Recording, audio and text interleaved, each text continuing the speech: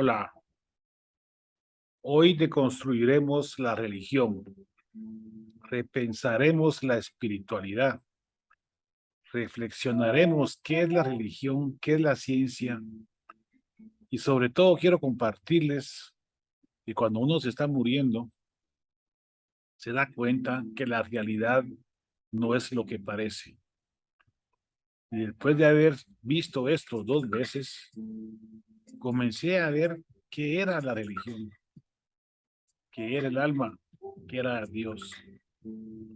Y a partir de esas investigaciones, en 1994, comenzamos a investigar qué es la religión.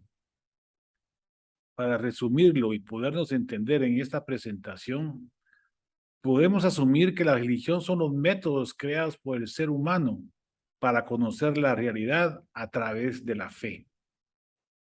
Si buscamos los métodos creados por el ser humano para conocer la realidad a través de la experimentación, podría interpretarse como ciencia. Si utilizamos los métodos creados por el ser humano para conocer la realidad a través de la razón, le podríamos llamar filosofía. Pero hoy repensaremos, deconstruiremos y reflexionaremos sobre los métodos creados por el ser humano para conocer la realidad a través de la fe. Ya hace más de 41.000 años, los neandertales enterraban a sus muertos. ¿Por qué? Pensaban que existía un más allá. Era un inicio de una protorreligión. Difícil conocerlo, pero los vestigios están ahí y se sigue investigando. Para poder entender un poquito más de estos aspectos del pensamiento humano, debemos de reconsiderar el pensamiento crítico para buscar la verdad, entre comillas. ¿Y qué es el pensamiento crítico? El pensamiento crítico es una dialéctica, es ver lo que yo opino, lo que opina el otro, mi tesis y la antítesis del otro, para sacar una síntesis por el bien común. Eso se llama dialéctica. Deconstruiremos porque repensaremos qué es la religión y buscaremos un justo medio para bienestar propio, ajeno, del bien común e incluso del planeta. Cuando sentí lo que estaba viendo cuando me estaba muriendo, pude darme cuenta que necesitaba conocer qué es la religión. La religión tenía la verdad, la ciencia tenía la verdad. Y comencé a leer la Torá, la Biblia, el Corán, los Vedas, el Tripitaka, el libro egipcio de los muertos, el libro tibetano de los muertos, las Analectas de Confucio, el Tao Te Ching, Gilgamesh, Hammurabi, en fin, el Popol Vuh, muchos libros más. Y encontré varias cosas interesantes, elementos en común que comparten las religiones y las espiritualidades de la humanidad. Diferencias hay muchas y muchos libros que hablan sobre eso, pero convergencias, puntos en común, encontré fundamentalmente 4. Hay más, pero 4 son las que me enfoqué más. Todas las espiritualidades y todas las religiones comparten un concepto de Dios, ya sea un ente, un ser, un todo, una verdad, una divinidad, un estado de trascendencia, un estado de liberación o un ser omnipotente. También comparten eso que llamamos alma, lo que la ciencia llama hoy conciencia y lo que la física llama observador. También las religiones y espiritualidades de la humanidad comparten códigos de conducta moral, códigos de conducta ética. Todas las religiones comparten una regla de oro, que es amar al prójimo, ayudar al prójimo. También entendí que las religiones y espiritualidades comparten lo que es la meditación, la oración, la reflexión y sobre todo el ayuno. Aquí pueden observar algunos conceptos de Dios, algún Dios antropomorfo, otro un Dios metafísico, otro un Dios místico, que le pueden llamar Ra, Jehová, Dios, Alá, Demiurgo, Ser Absoluto, Brahman, Uyun, Chungú, Garudá, Kukulcán, ¿verdad? Pachamama, Odín, o la famosa teoría del todo de la física. Es lo que creía Einstein. La mente de Dios está en las reglas y leyes del universo, dijo él. Yo creo en el Dios de Spinoza. El Spinoza es la naturaleza. La naturaleza es el cosmos y el cosmos se rige por las teorías. Y la teoría del todo, que fue lo que se murió buscando Einstein, se llama teoría del todo, que aún hoy no entendemos qué es. Pero los científicos tienen la fe y la creencia que encontrarán la teoría del todo. Una fe y una creencia como nosotros en un Dios que no entendemos qué es, pero que está ahí. Las religiones también comparten el concepto del alma, que pueden llamar carne, fesh, espíritu, naf, psique, yo, memoria, conciencia, observador, pensamiento, espíritu, atman, ru, ánima, res cogita, sujeto, nous, ánimos, persona o sí mismo. Hay muchos sinónimos, pero ese sí mismo, ese observador de la física, lo que estamos tratando de encontrar y de entender para entender qué fue lo que me pasó. Y por supuesto, en todas las religiones espirituales del mundo existe una regla de oro, el amar al prójimo. Tanto en el libro egipcio de los muertos, como en el código de Hammurabi, el código en la historia de Gilgamesh, encontramos desde los inicios de los tiempos una empatía por el ser, por el semejante, la ayuda al huérfano, la ayuda a la viuda, la ayuda al pobre, la ayuda al migrante, al extranjero, dicen los sumerios y los egipcios. Y desde entonces tenemos ese apego hacia el prójimo en las diferentes religiones. Y si buscan cada una de las religiones y leen los textos como yo lo leí, se van a dar cuenta de lo que existe. En mi libro, Desde el umbral de la muerte, está escrito esos códigos de conducta moral. También la meditación, la oración y el ayuno son complementos que comparten las religiones y espiritualidades del planeta Tierra. Un ayuno que ha sido confirmado recientemente por el doctor Yoshinori Oshumi, Premio Nobel de Medicina 2016, quien investigó el autofagia, el ayuno producido por ese beneficio de guardar el ayuno durante un periodo corto de tiempo. Ese ayuno espiritual ayuda a la meditación, a la reflexión, a la contemplación y a la liberación de toxinas. Se regeneran las células, se siente más joven el cuerpo y ayuda al estado de bienestar. El ayuno es bueno. ¿Por qué tenemos depósitos de grasa? Porque pasamos periodos de ayuno, pero actualmente no hacemos ayuno. Estamos comiendo 3 o 4 veces al día y eso no es natural para el cuerpo del ser humano. Debemos de aprender a hacer periodos de ayuno y eso nos va a beneficiar y las espiritualidades y religiones del planeta lo promueven. Algunos estudiosos consideran que la protorreligión ya se puede observar a nivel de los simios, de los chimpancés. La doctora Jane Goodall muestra cómo este chimpancé se admira de una cascada, juega, retosa, se divierte con el agua. Ella dice que pudiera ser una protorreligión. Algunos no están de acuerdo con ella, pero es una forma de pensar cómo evolucionó la religión desde nuestros ancestros, desde los homínidos, desde el Homo erectus, el Homo habilis. Observemos cómo el mono utiliza esta herramienta. Esta herramienta es un palito que mete para sacar unas hormigas. Y esa herramienta luego evoluciona al lenguaje, a la religión, a la filosofía, a los constructos abstractos mentales que ayudan al ser humano a comunicarse y a explorar el planeta Tierra. El doctor Luis Oviedo, sacerdote dominico, nos comenta que según sus investigaciones, la religión pudo evolucionar como un lenguaje como un constructo abstracto mental que nos ayuda a comunicarnos, como las matemáticas, como la física, como la ciencia, como la filosofía. La doctora Eva Yablonka comenta que la evolución tiene un factor genético, un factor epigenético, un factor cultural que se interrelaciona para que los organismos vivos puedan evolucionar. No solamente es una evolución paulatina darwiniana, porque tiene otros conceptos muy importantes a discernir e investigar.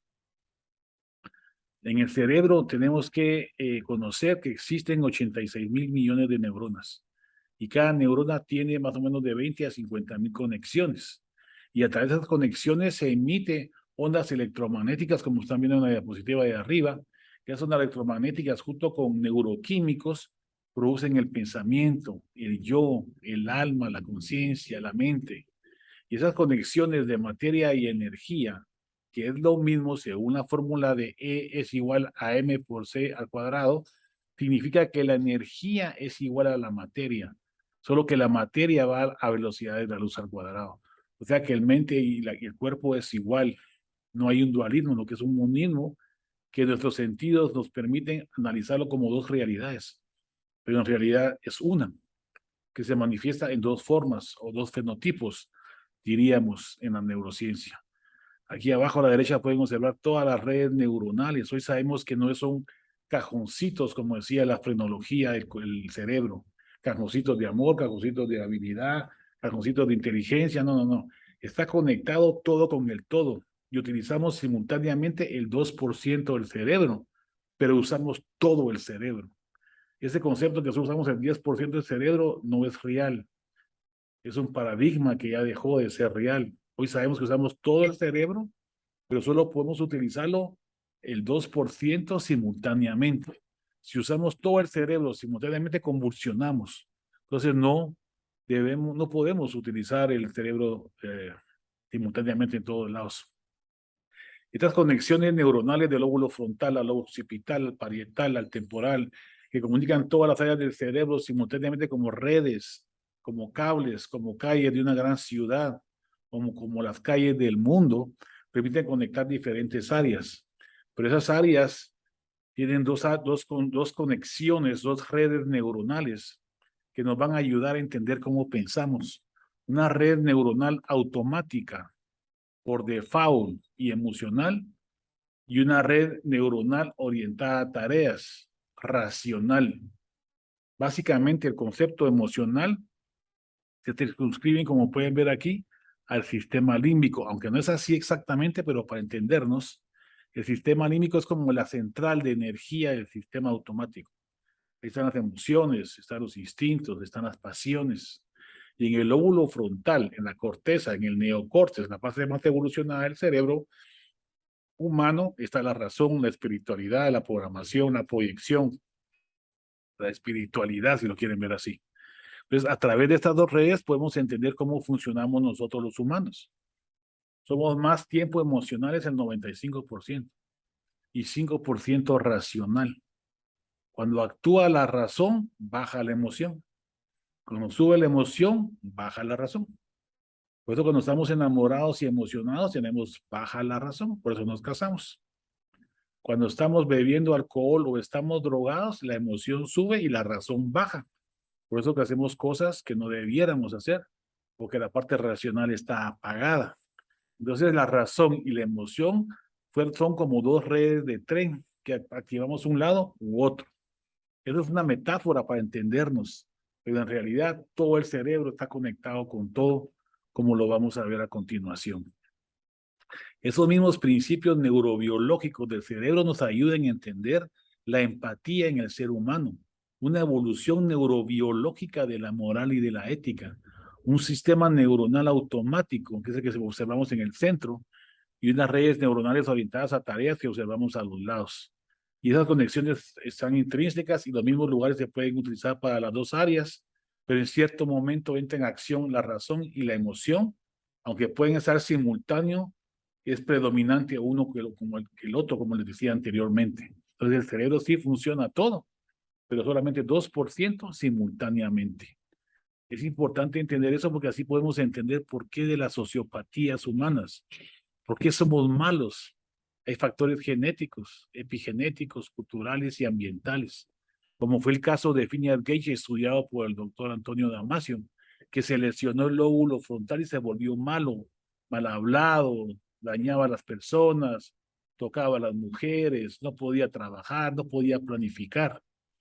Y eso mismo encontró James Fallon a través de estudios de resonancia magnética funcional en los psicópatas asesinos. Todos tenían aproximadamente una lesión en el lóbulo frontal, como pueden observar aquí en esta diapositiva. El control es lo normal y James Fallon también tenía una afección en el lóbulo frontal. Entonces, ¿por qué él es científico y no era un psicópata asesino? Porque los factores epigenéticos, culturales, sociales, familiares, le ayudaron a cambiar la genética. O sea que la determinación genética heredada de nuestros padres y abuelos la podemos cambiar con factores epigenéticos, sociales, culturales, ambientales. Entonces no es solamente un determinismo genético, lo que tiene que ver mucho la cultura, la religión, la sociedad, a que nos puede ayudar a ser buenos en la sociedad. Por ejemplo, este individuo que se llama Charles Whitman mató a jóvenes en un centro universitario en Estados Unidos y él quería saber por qué era malo. Entonces lo fueron a analizar en una necropsia después de haberlo matado y vieron que tenía un tumor en el área del lóbulo frontal. Lo mismo pasó con John Nash, premio Nobel de Economía, un genio de las matemáticas, que escribió la teoría de los juegos. Y él tenía una afección psicopática esquizofrénica, no era malo, pero esquizofrénico. Y miraba marciano, miraba comunista, miraba cosas que no existían en la realidad.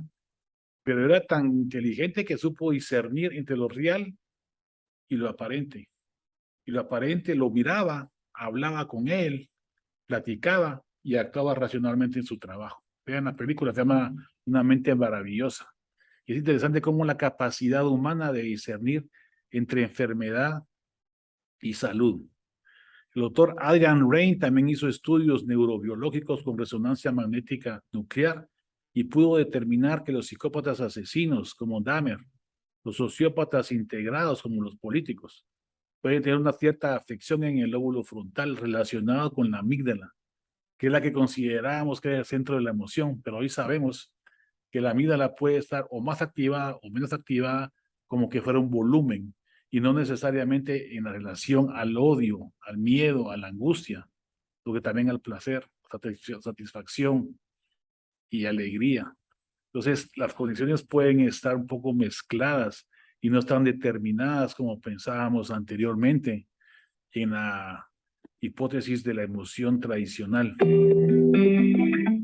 Hoy sabemos que nuestro cerebro es una caja negra que está dentro del cráneo y no observa nada más que transmisores neuroquímicos y transmisiones electromagnéticas, como lo vimos anteriormente. Entonces, cuando vemos la realidad, lo que estamos viendo son neurotransmisores en el cerebro y transmisiones neuroquímicas que son percibidas también a través de nuestro cuerpo, no solamente por nuestros sentidos, sino también del cuerpo para arriba, se llama interocepción. Y no solamente eso, una reserva cognitiva, una memoria, un inconsciente individual o colectivo, también aporta conocimientos dentro del cerebro. Y con toda esa información nuestro cerebro modula y responde con un sistema automático que les decía anteriormente. Pues reaccionamos al entorno como cualquier animal. Pero tenemos una gran ventaja, que la parte racional nos puede ayudar a cambiar esa influencia del cerebro al cuerpo y del cuerpo al cerebro. Cuando nos sentimos mal, con angustia, con taquicardia, con respiración, con taquipnea, se llama eso. Sensación de los órganos internos, de los músculos, el sistema cardiovascular, respiratorio, endocrino, inmunológico. Manda información al cerebro y el cerebro al cuerpo. Es una comunicación bidireccional.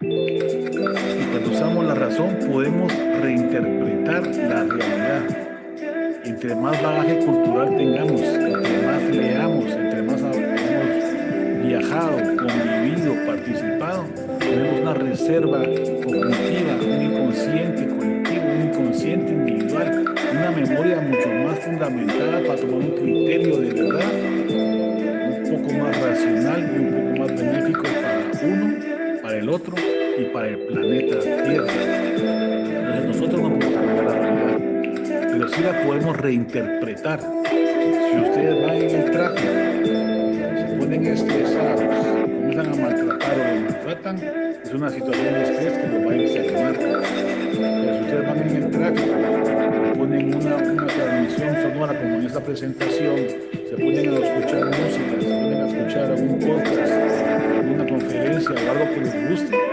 Algunas veces me ha pasado a mí que trato de ir más tranquilo y más despacio para poder terminar de ver y de oír principalmente lo que vengo oyendo en la radio durante el tráfico. Durante el COVID, algunas personas se suicidaron, otras las pasaron regular, otras las pasaron bien. ¿De qué depende? ¿Del COVID? No, de cómo interpretamos en nuestra cabeza nuestra realidad. Y eso va a cambiar nuestra emoción. Nosotros somos los dueños, somos los que podemos manipular información y no es la información la que nos va a manipular a nosotros. También podemos modificar nuestras memorias, nuestros recuerdos, nuestros traumas y nuestros temores con la neuroplasticidad cerebral, que otro día hablaremos de eso. Gracias a la teoría de la mente y las células en espejo, evolucionamos para poder trabajar en equipo, como pueden observar en estos monitos que están colaborando para acercar la caja, y ahí viene la comida y pueden comer un poquito más si los dos se van ayudando. Y lo mismo pasa con el ser humano. En esta investigación se puede observar cómo una jovencita entra a un estudio ya planificado donde todos son colaboradores del estudio y cada vez que truena y suena un pito, todos se levantan. La señorita comienza a ver que todos se levantan y sin saber, progresivamente comienza a hacer una empatía con nosotros y comienza a levantarse sin saber por qué. Así van entrando uno a uno todos los pacientes a la clínica hasta que ella se queda sola y se sigue levantando con cada vez que suena el pito, hasta que comienza a ver que entra otro individuo. Ahí se para ella con el sonido sin saber por qué, solo por imitación ante los demás y ya está solita, nadie más se está levantando. Entra otro individuo que tampoco es parte de la investigación y sucede lo mismo. Él se sienta y comienza a ver que ella se levanta cada vez que suena el pito y le pregunta que por qué se levanta y ella dice que no sabe, pero que sin embargo tiene que levantarse cuando escuche el sonido. Entonces él también comienza a sonar, a levantarse cuando ve que tiene que suena el pito y también se levanta. Ese se llama teoría de la mente y células en espejo. Comenzamos a hacer cosas que no tienen sentido ni razón, pero las imitamos, como por ejemplo las modas, como los equipos de fútbol, como los sistemas políticos, porque empatamos y empaginamos con los demás individuos que podemos creer lo mismo. Entonces la pregunta que sigue es, ¿nacemos buenos o nacemos malos? Estudios neurocientíficos en bebés han demostrado que optamos por la opción empática. Agarramos los muñecos que ayudan a nosotros. Los niños ayudan a las personas que se les caen las cosas cuando van a abrir una puerta o les abren la puerta para que salgan. Somos empáticos por naturaleza en el 80% de los casos. Siempre pueden haber factores genéticos, como les decía. El gen MAOA influye sobre la agresividad y la maldad, igual que la afección al lóbulo frontal. ¿Y nacemos justos o nacemos injustos? En este estudio experimental de Frank de Waal podemos observar cómo a este mono le dan pepinos y a este otro mono le comienzan a dar uvas porque devuelve una piedra. Cuando este mono se da cuenta que le está dando uvas a este otro mono, ¿qué creen que hacen cuando le entregan un pepino? ¿Qué harían ustedes? Pues igual que el mono se enoja, le tira el pepino a la experimentadora, porque tiene un sentido de injusticia, porque él también quiere una uva y sabe que el otro, a través de las células en espejo, está comiendo uvas y está sintiendo rico y delicioso la comida, y él no. Sin embargo, los dos están trabajando igual. Ese sentido de justicia también lo tenemos los humanos. Si ponemos en un estudio experimental a varios niños a colaborar y todos hacen lo mismo, pero a la hora de darle su beneficio, su premio, observamos que le damos a uno más y a otro menos, ¿qué creen que hacen los niños? Comienzan a protestar y dicen que por qué unos tienen más y otros menos. Entonces los niños, algunos se enojan, otros reclaman y otros se ponen un poco molestos y preguntan que por qué si los dos hicieron lo mismo. O sea, traemos un sentido de justicia innata en nuestro cableado cerebral. Nacemos buenos por naturaleza en la mayor parte de las personas y nacemos justos por naturaleza en la mayor parte de personas. ¿No será esto un paso hacia la espiritualidad y hacia la religión evolutivamente hablando? Incluso en economía, se han hecho estudios, la teoría de los juegos de Nash que les decía anteriormente, en la cual las personas tienden a ser empáticas y a colaborar y a repartir el dinero ecuánimemente para poder salir ganando los dos. Porque si no ganan los dos pierden. Entonces, el hecho de apoyarse económicamente con esos juegos puede delimitar culturalmente el beneficio de ambos en contra del egoísmo. Entonces, no somos homo económicos, como decía Adam Smith, somos homo empáticos, pero por algunos homos egoístas cambia todas las circunstancias. Pero lo que quiero transmitir con eso es la idea de una evolución empática en el cerebro y las teorías que lo apoyan. La epigenética es la influencia del medio ambiente que modela los genes. Esta rata gorda, diabética, hipertensa, si le damos a comer sano y le damos vitamina B, sus hijos van a nacer un poquito mejor y sus nietos un poquito mejor. Y aquí podemos ir viendo cómo la rata gorda obesa María llega poco a poco con cada generación comiendo sano y con vitaminas y nutrientes a ser otra vez normal. Quiere decir que la epigenética, en este caso la comida, modifica los genes y cura las enfermedades. Entonces nosotros nos podemos curar de hipertensión, nos podemos curar del cáncer, nos podemos curar de muchas enfermedades si comemos sano y hacemos lo que tenemos que hacer. Dormir 7 horas diarias, hacer ejercicio y comer sano. No comer tanta azúcar y hacer ayuno intermitente. Esos son factores epigenéticos que nos pueden evitar un cáncer. En estos estudios experimentales epigenéticos se pudo determinar que las personas que comían muchos azúcares, comía chatarra en la época de la adolescencia y fumaban, afectaban la herencia de sus hijos y de sus nietos, para que vean la influencia epigenética a través de las diferentes generaciones. Entonces, el cuerpo tiene que estar en una mente sana, en un cuerpo sano. Y no es mentira, está comprobado científicamente. ¿No será también eso un impulso más a la evolución genética de la religión, siendo la religión un componente multifactorial? Y este otro experimento muy bonito donde se puede observar cómo las ratas acicalan, lamen y acarician y nutren a sus ratitas chiquitas. Sin embargo, si separamos a las ratas de las ratitas chiquitas y no les dan de comer ni acicalarlas ni las lamen, se vuelven unas ratas agresivas conforme avanza la edad. Eso también pasa en el ser humano. En la época de Ceausescu en Rumanía aislaron a los niños en orfanatos que los dejaron abandonados. Esos niños se volvieron más agresivos, más competitivos, más delincuentes. Y cuando ellos fueron a hogares integrados, comenzaron a otra vez a modificarse. Como vemos, la epigenética, la cultura, la religión, la sociedad, la familia, pueden moldear el cerebro de un niño. Por eso tenemos que tener cuidado y promover el acicalamiento, si lo quieren ver así. Y la religión fomenta el acicalar, el amar al prójimo, el convivir, el sociabilizar, el agruparse. Entonces, esto evolutivamente tuvo que ser determinante para que las personas que fueran religiosas predominaran evolutivamente sobre las personas que eran no religiosas. La teoría, por supuesto, que se sigue investigando. Hoy sabemos que la promoción del altruismo modula nuestro cerebro y lo podemos entrenar. Una persona que no es altruista puede llegar a ser altruista si le enseñamos y lo motivamos a colaborar, a agradecer, a ayudar, y él se va a sentir benéfico y va a sentir con dopamina en el cerebro, endorfina, serotonina y oxitocina, y se va a sentir bien en cuerpo y en alma. Y al sentirse bien podemos promover este tipo de altruismo como hicieron los doctores Carnes, Moore y Miner para comprobarlo científicamente. Entonces la religión también puede ser utilizada como un instrumento social para ayudar a la viuda, al huérfano, al extranjero, como decían los egipcios y los sumerios, como dice la religión cristiana, musulmán, judía, como dice la religión egipcia, como decían los sumerios, como dicen los Confucio, como dice Tao Tse King, como dicen las dialectas, como dicen todos los libros promueven la empatía y ayuda al prójimo. Y la religión es una forma de ayudar al prójimo. Pero también la religión puede ser utilizada como un instrumento de poder. Estos individuos promovieron en sus seguidores el suicidio, el egoísmo, la violencia sexual, la violencia física, y se aprovecharon que lo seguían para sacar provecho económico, provecho psíquico, provecho de poder. Entonces, ¿qué es el bueno, el hombre o la religión? ¿Quién es el malo? ¿La religión o el hombre?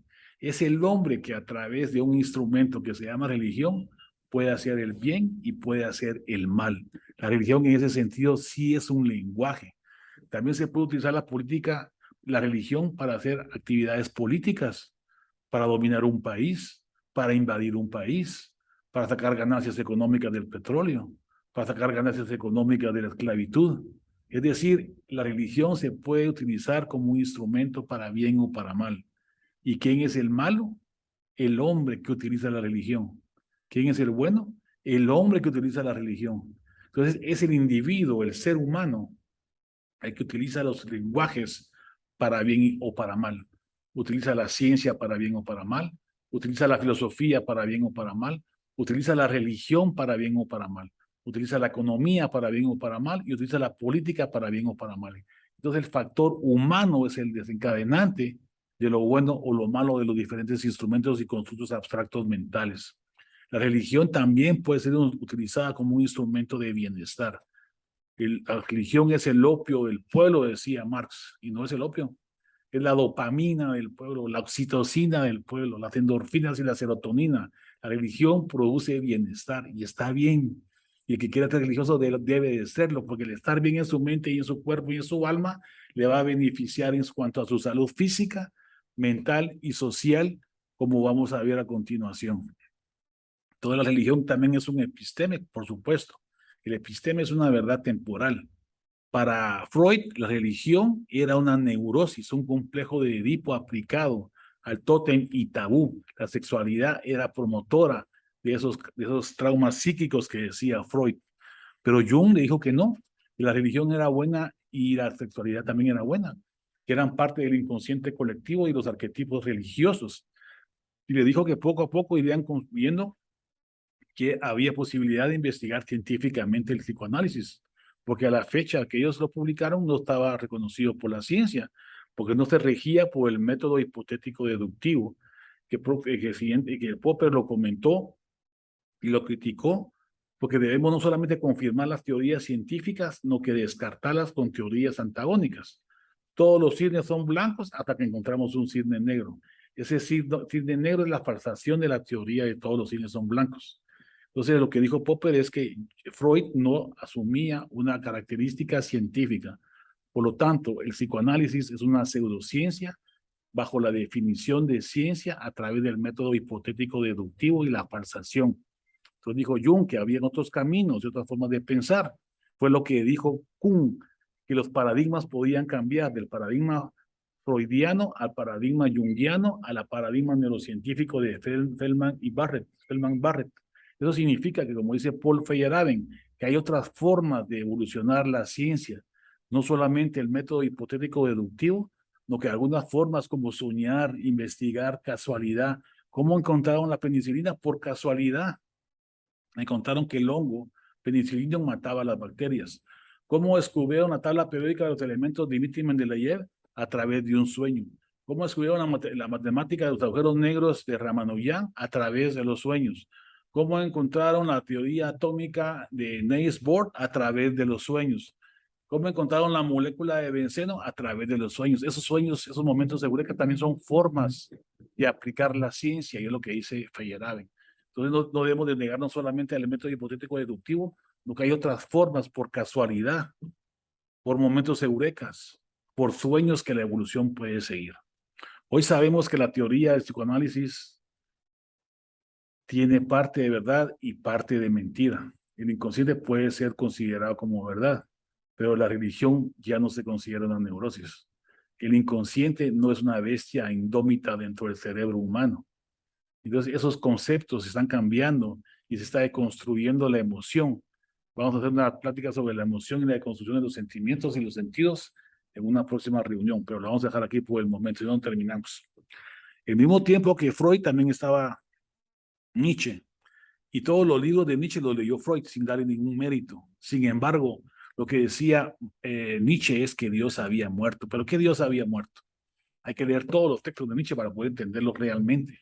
Él estaba hablando del Dios antropomorfo, el Dios que castiga, el Dios que domina, el Dios que sabe todo y que te va a castigar un día de estos, que te manda rayos y centellas, el Dios que está subido en una nube con una varita mágica, ese Dios no existe y nosotros lo matamos, dice Nietzsche. Sin embargo, se podrá enseñar la sombra de Dios en las cuevas, dice Nietzsche. Y esa sombra de Dios, según Nietzsche, puede ser la ciencia y puede ser la economía y la política.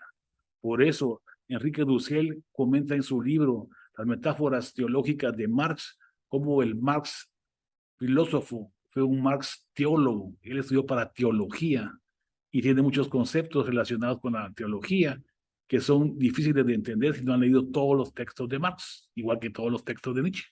Entonces les recomiendo que vean un diálogo interreligioso de Enrique Dussel en la UNAM para entender un poquito más sobre ese aspecto muy interesante de las metáforas teológicas de Marx, y no digamos Darwin. Algunos creen que Darwin es la panacea de todo y como toda ciencia tiene que seguir evolucionando y progresando por paradigmas como dice Kuhn, con falsación como dice Popper o utilizando otros métodos incidentales como dicen Feyerabend. Es interesante cómo Nietzsche dice, si sales con mujeres, no olvides el látigo. Si no saben el contexto, van a decir que Nietzsche era un feminista, un machista, perdón, pero no era un machista. Si ven esa fotografía, Luz Salomé, que también era una psicóloga que ayudaba a Freud, castigaba con el látigo a Nietzsche y a su otro amante que se llama Rie. Los tres salían de viaje por Europa.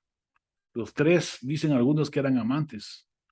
Los tres hacían una sinergia. Sin embargo, la que dominaba era la mujer. La que castigaba con el látigo era la mujer. Entonces, cuando Nietzsche dice sarcásticamente, cuando vayas con la mujer, no olvides el látigo, es para que le peguen a los hombres, no para que el hombre le pegue a las mujeres, como es la mayoría de las personas. Pero esos contextos tienen que leer los libros completamente para poder entenderlos. Entonces, Dennett, Dawkins y Harris tienen una creencia de que Dios no existe. Y esa creencia atea es una religión, son métodos por los cuales el ser humano se relaciona con la realidad a través de la creencia. Y el que cree en la ciencia es un cientificista, porque la ciencia, como dice Nietzsche, igual que Dios, tiene sus bemoles, tiene sus errores, tiene sus codicias, tiene sus manipulaciones. Entonces, la misma teoría de la evolución tiene que ir progresando. No es una teoría absolutista. Le falta mucho, le falta entender cómo surgió la vida, si aquí en la Tierra o en el espacio. Le falta comprender el ADN, la epigenética y la genética. Le falta entender a la teoría de Darwin, la paleogenética y la evolución del ADN de los homínidos hasta el Homo sapiens sapiens. Le falta entender cómo la evolución no solamente es evolutiva y paulatina, sino que también da saltos, como dice Stephen Jay Gould. También tiene que entender la teoría de Darwin que puede haber una simbiosis, una unión y un apoyo entre las bacterias, los virus y los hongos para que las células unicelulares sin núcleo progresaran al núcleo. Tuvo que haber algún tipo de virus o algunos otros elementos que hicieron sinergia para evolucionar a una célula nuclear y esto a toda la gran diversidad de la vida a nivel del planeta Tierra. Quiere decir que no solamente es evolutivo para luchar contra el otro, porque también es evolutivo para apoyarse, y es lo que dice Lynn Marguis, que junto con James Lovelock hablan sobre la Gaia y la interrelación del cuidado del planeta, y cómo el planeta puede ser un ser viviente, entre comillas, o una coevolución con el medio ambiente, con la atmósfera, la litosfera, la hidrosfera y la biosfera. Tenemos que colaborar todos en una sinergia para que la vida en el planeta Tierra persista, porque si no, va a pasar lo que está pasando ahorita en el antropoceno, que es el ser humano, el que está tendiendo a la gravedad del clima y consecuentemente posiblemente la extinción del ser humano. Aunque la vida siga en el planeta Tierra, no nos vamos a extinguir. Como dice Bruno Latour, tenemos que considerar los riesgos de que sigamos en este plan. Como dicen todos los que llegaron a la reunión de COP27 ahorita en Egipto, tenemos que disminuir la emisión de carbono para poder salvar, entre comillas, al planeta. Entonces tenemos que considerar eso como una evolución de la teoría de la evolución de Darwin, que hay que mejorarla, como las muñecas rusas, que hay una muñeca dentro de otra y van progresando poco a poco. Eso es lo que tenemos que ir aprendiendo. También la evolución de la religión. ¿Cómo pasamos del judaísmo al cristianismo y al islam? A través de una evolución. ¿Cómo pasó desde el hinduismo al budismo? A través de la evolución del ser humano. Entonces, ¿cómo evolucionó la teoría del psicoanálisis y del inconsciente? Pasó la religión de ser una neurosis a ser un estado de bienestar. Pasó el inconsciente de ser una bestia interna indómita a ser una herramienta de la salud. Les recomiendo esos libros para poder entender un poquito más lo que estamos hablando aquí. Y no otro día lo hablaremos despacito para que lo vayan entendiendo. Pero la religión también es una evolución y también tiene que ir mejorando. Hoy sabemos que la religión promueve y mejora el sistema inmune, promueve y mejora la respuesta endocrina, promueve y mejora el sistema cardiovascular, promoviendo una salud física, mental, social y espiritual más prolongada de los individuos que son más religiosos y más espirituales. Hoy científicamente se ha podido comprobar que la espiritualidad y la religión aumenta la interleucina 6, el cortisol disminuye, la angina pectoris disminuye y los telómeros se agrandan en el ADN, en el cromosoma. Eso significa que nos está beneficiando físicamente el tener un estado de salud físico, mental, social y espiritual, como un equilibrio del bienestar y un equilibrio de la salud. La religión es buena, pero también puede ser mala. Depende de nosotros el tomar las perspectivas saludables de la enfermedad, de la religión. Aquí les dejo algunos estudios que pueden ir a revisar relacionando la religión y la salud científica. Algunos de los libros que les recomiendo que lean para que miren cómo estos científicos promueven la religión y la espiritualidad como parte del bienestar del ser humano.